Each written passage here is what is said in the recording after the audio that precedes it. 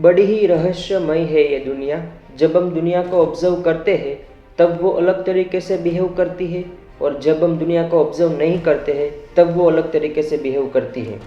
दोस्तों, आज हम जिस एक्सपेरिमेंट की बात करने वाले हैं वो एक्सपेरिमेंट क्वांटम वर्ल्ड का एक रूट एक्सपेरिमेंट है, और वो क्वांटम फिजिक्स के बॉर्न के लिए रिस्पॉन्सिबल है।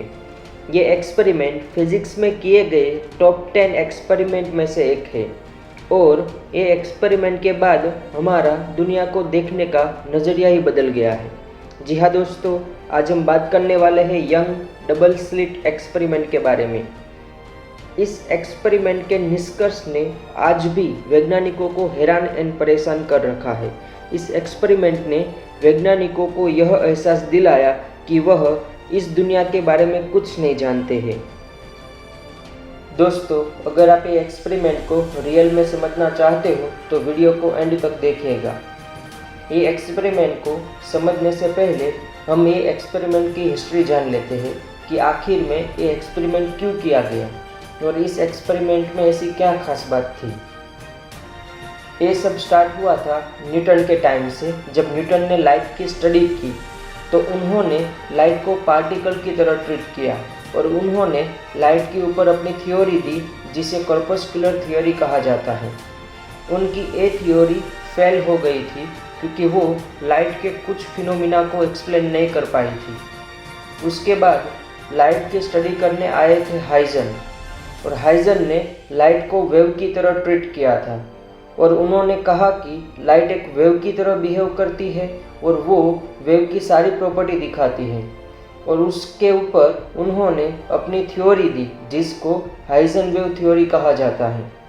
हमने ऑलरेडी ये दोनों theory, corpuscular theory and Huygens wave theory के बारे में डिटेल में स्टडी करी है, जिसके लिंक आपको डिस्क्रिप्शन में या फिर ऊपर आई बटन में मिल जाएगी। दोस्तों, हाइजन की वेव थ्योरी एक फेलियर ही मानी जाती अगर मैक्सवेल उनके सपोर्ट में न आते।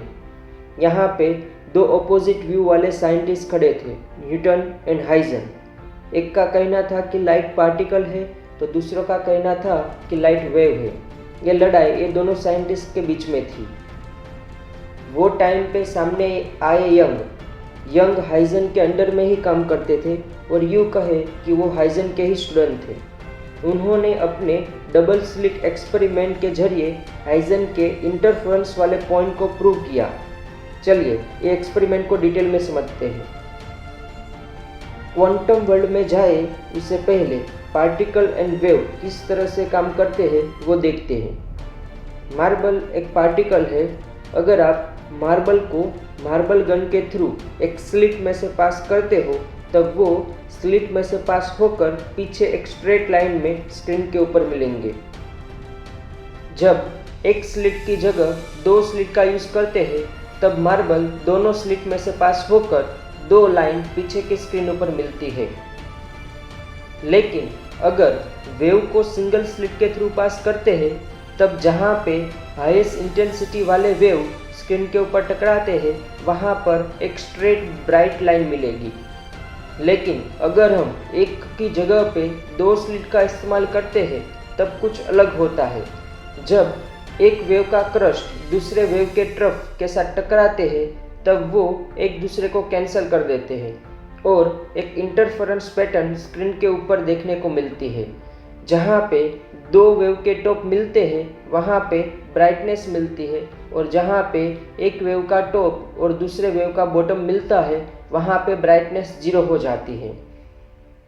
तो अभी तक हमें ये जान गए थे कि अगर हम मैटर को दो स्लिट में से पास करेंगे तो ब्लैक बोर्ड में दो स्ट्रेट ब्राइट लाइन मिलेगी। इसी तरह अगर हम वेव को दो स्लिट में से पास करेंगे तो इंटरफेरेंस पैटर्न के कारण बहुत सारी ब्राइट लाइन मिलेगी। चलिए अब चलते हैं क्वांटम की दुनिया में। इलेक्ट्रॉन एक मैटर का छोटा रूप होता है, तो इलेक्ट्रॉन को एक सिंगल स्लिट में से पास करते हैं तो वह बिल्कुल मार्बल की तरह एक straight bright line black board के ऊपर बनाएगा। उसका मतलब है कि जब हम इलेक्ट्रॉन को दो स्लिट में से पास करेंगे तो ब्लैक बोर्ड पर दो सीधी लाइन मिलनी चाहिए, बिल्कुल मार्बल की तरह। लेकिन इलेक्ट्रॉन ब्लैक बोर्ड में इंटरफेरेंस पैटर्न बनाता है, जो कि वो वेव बनाता है। लेकिन हमने तो इलेक्ट्रॉन को फायर किया था जो मैटर का ही छोटा रूप होता है, तो ये वेव की तरह क्यों काम कर रहा है? साइंटिस्ट ने सोचा और कहा कि हो सकता है इलेक्ट्रॉन आपस में टकराते हो, उसके कारण ऐसा होता हो। इसलिए उन्होंने एक ऐसी गन का यूज़ किया जो एक बार में एक ही इलेक्ट्रॉन को फायर करती हो, ताकि वो आपस में टकरा ना सके।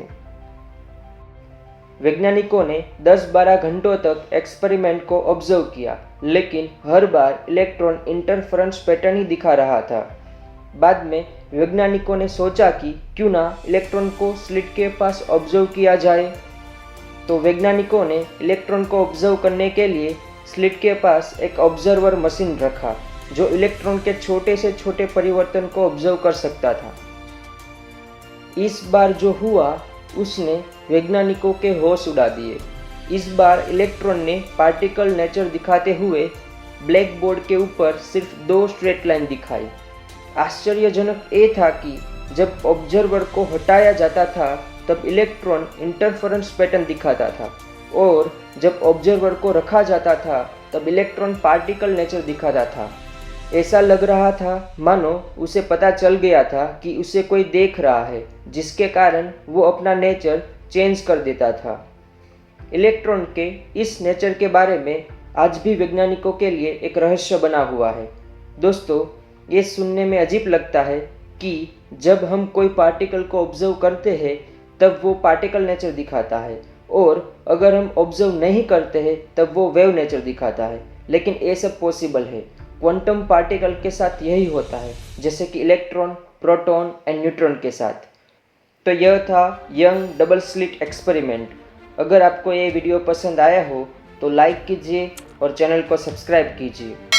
Thank you.